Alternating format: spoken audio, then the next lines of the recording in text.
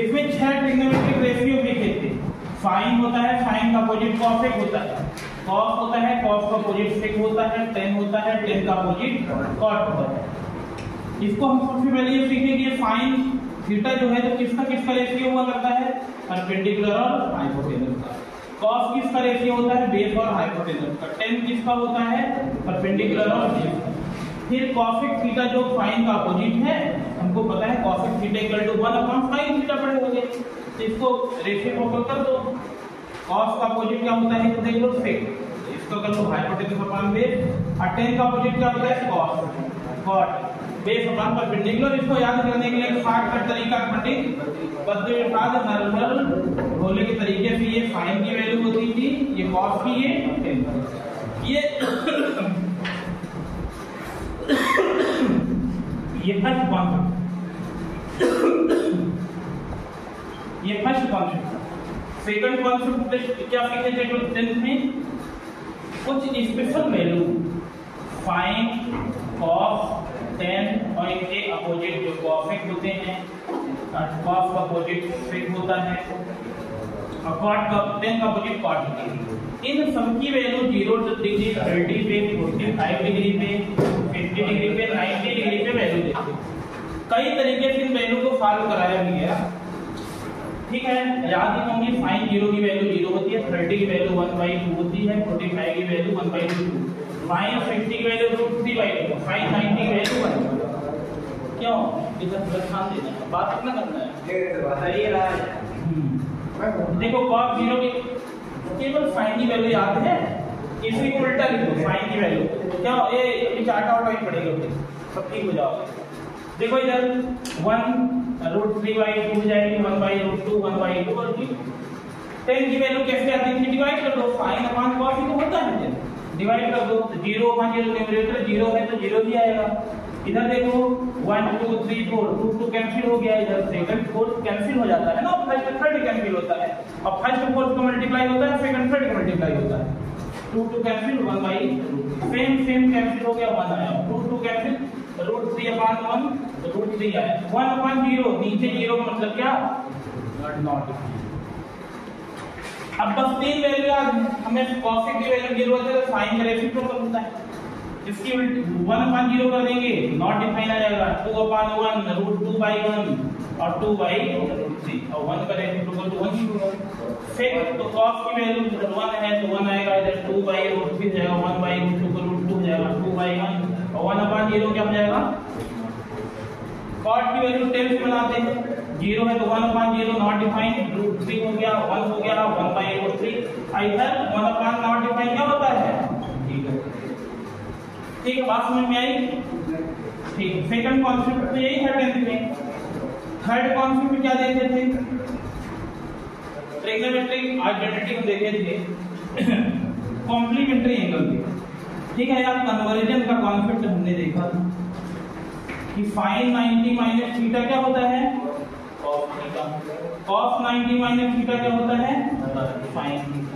और एक पेयर बनता था tan 90 माइनस थीटा क्या होता था, cot थीटा, और cot 90 माइनस थीटा tan।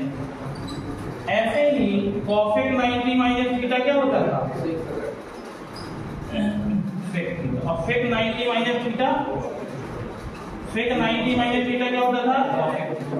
इसको याद करने का तरीका ये बताया गया कि जो कन्वर्जन होता है वो साइन का कॉस होता है, कॉस का साइन, एक ऐसा या 3 पेयर होते हैं, साइन का कॉस, कॉस का साइन होता है, टेन का कॉट, कॉट का टेन होता है, और कॉसेक का सेक और सेक का कॉसेक कन्वर्जन होता है। 4 एक्सरसाइज थी, लास्ट चौथा कॉन्सेप्ट क्या सीखे थे इसमें, 3 आइडेंटिटी सीखे थे, sine square theta plus cos square theta equal to 1, और 1 plus tan square theta equal to sec square theta, 1 plus cot square theta equal to cos. अगर एक भी आइडेंटिटी याद है नहीं होगी, sine square theta plus cos square theta equal to 1, तो बाकी भी आ जाएंगे।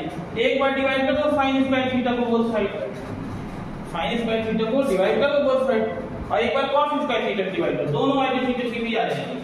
ये 4 कॉन्सेप्ट 10th क्लास में सीखे। आप 11th में क्या सीखे, ये सब तो नोट किए थे ना परसों, अब इसमें क्या है। ओके वीडियो देख लेना, नोट किए इसमें कुछ नहीं, इसमें कुछ नहीं है। अब नोट्स वगैरह भी भेजा गया है ना, कुछ नहीं इसमें कुछ लिखने लायक है ही नहीं, कुछ नहीं सब भेजा गया है। परसों लिखे भी थे जो नोट्स भेजा था उसमें भी सब कुछ है। ठीक है, क्या हो गया? ठीक है, देखो अब बात आई 11th में सबसे पहले क्या, सबसे पहले बात आई एंगल की। एंगल को डिस्कस किए थे हम लोग कि एंगल क्या होता है कि जैसे कोई लाइन है, जैसे ये मार्कर मेरा अभी यहाँ पे है, अभी मार्कर यहाँ पे है ना, ये रोटेट होके अब यहाँ पे पहुंच गया, ऐसा समझ लो एक ही मार्कर है, अभी यहाँ पे था, अब ये रोटेट होके ये यहाँ पे पहुंच गया, ये मार्कर अभी यहाँ पे था, अब रोटेट होके यहाँ पहुंच गया। जितना अमाउंट ये है, जितना रोटेशन हुआ यही एंगल है। ठीक है, अगर ये रोटेशन एंटी क्लॉकवाइज है तो ये एंगल पॉजिटिव होगा, अगर ये रोटेशन क्या हो रहा है क्लॉकवाइज हो रहा है यही एंगल क्या होगा नेगेटिव होगा। जिसको हमने समझा कि जैसे ये इनिशियल साइड है और ये यहाँ पे टर्मिनल साइड है, तो ये रोटेशन हुआ है, जो ये रोटेशन हुआ है यही क्या है अपना एंगल है। ये जो क्या हो गया, ये वर्टेक्स O है, ये जो AOB है ये एंगल है। यही रोटेशन अगर ऐसा होता ये इनिशियल साइड होती और ये टर्मिनल साइड होती। यहाँ पे रोटेशन देखो क्लॉकवाइज हो रहा है ना, यहाँ रोटेशन क्लॉकवाइज हो रहा है, यहाँ रोटेशन एंटी क्लॉकवाइज हो रहा है। ये रोटेशन कैसा एंटी क्लॉकवाइज है तो एंगल क्या होगा, ये रोटेशन क्लॉकवाइज हो रहा है तो यहाँ पे एंगल क्या होगा नेगेटिव होगा एंगल। ठीक है, इसके बाद क्या सीखे थे, ये एंगल समझ गए ना, रोटेशन के अमाउंट की एंगल है। अगर एंटी क्लॉकवाइज रोटेशन हो रहा है तो पॉजिटिव में लिखना है और अगर क्लॉकवाइज रोटेशन हो रहा है तो नेगेटिव। इसके बाद देखिए ये जो एंगल है ना इसकी यूनिट के बारे में हमने इधर समझा कि डिग्री क्या है। जो कंप्लीट रिवॉल्यूशन है ये सर्कल बना, इसको सेंटर मान लीजिए वो है, इसके अगर हम 360 पार्ट कर दें इस कंप्लीट रिवॉल्यूशन का, यानी सर्कल का अगर मैं इसको कितने पार्ट में डिवाइड कर दूं 360 पार्ट में, तो 360वां पार्ट होगा 1/360 पार्ट जो होगा वही क्या होगा 1 डिग्री होगा। ठीक है,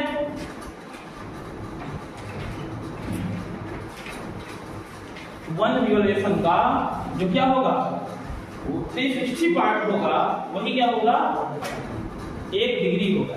और ये भी बताया गया 1 डिग्री होगा और 1 डिग्री में कितने होते हैं 60 मिनट होते हैं। मतलब अगर 1 डिग्री को मैं 60 पार्ट में डिवाइड कर दूं तो जिसका 1 पार्ट होगा वो क्या होगा 1 मिनट।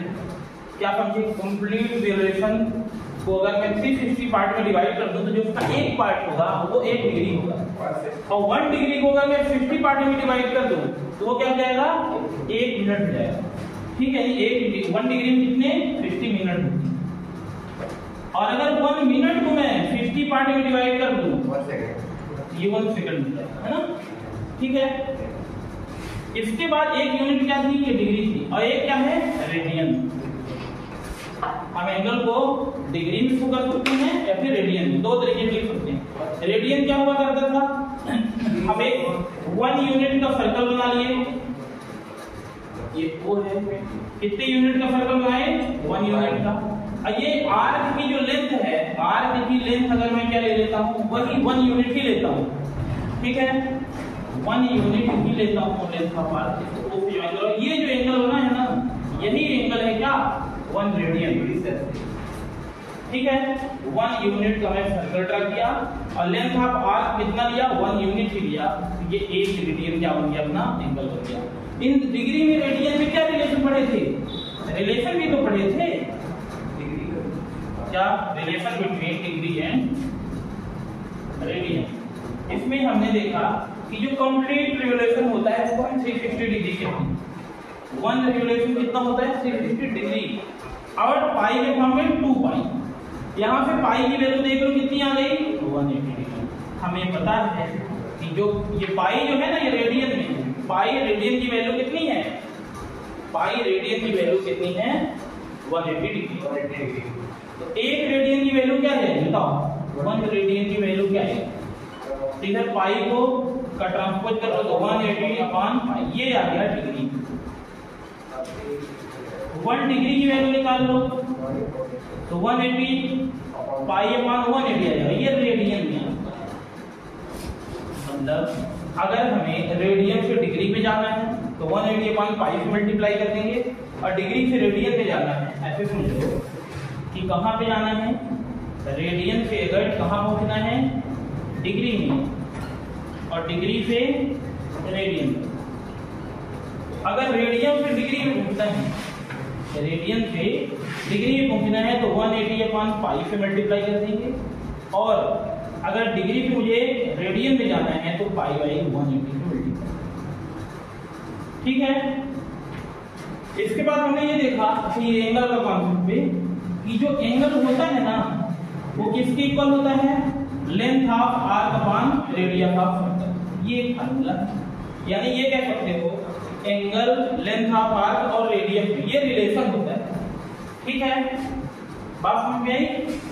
ये जो यहाँ पे एंगल होता है ना ये रेडियन होता है।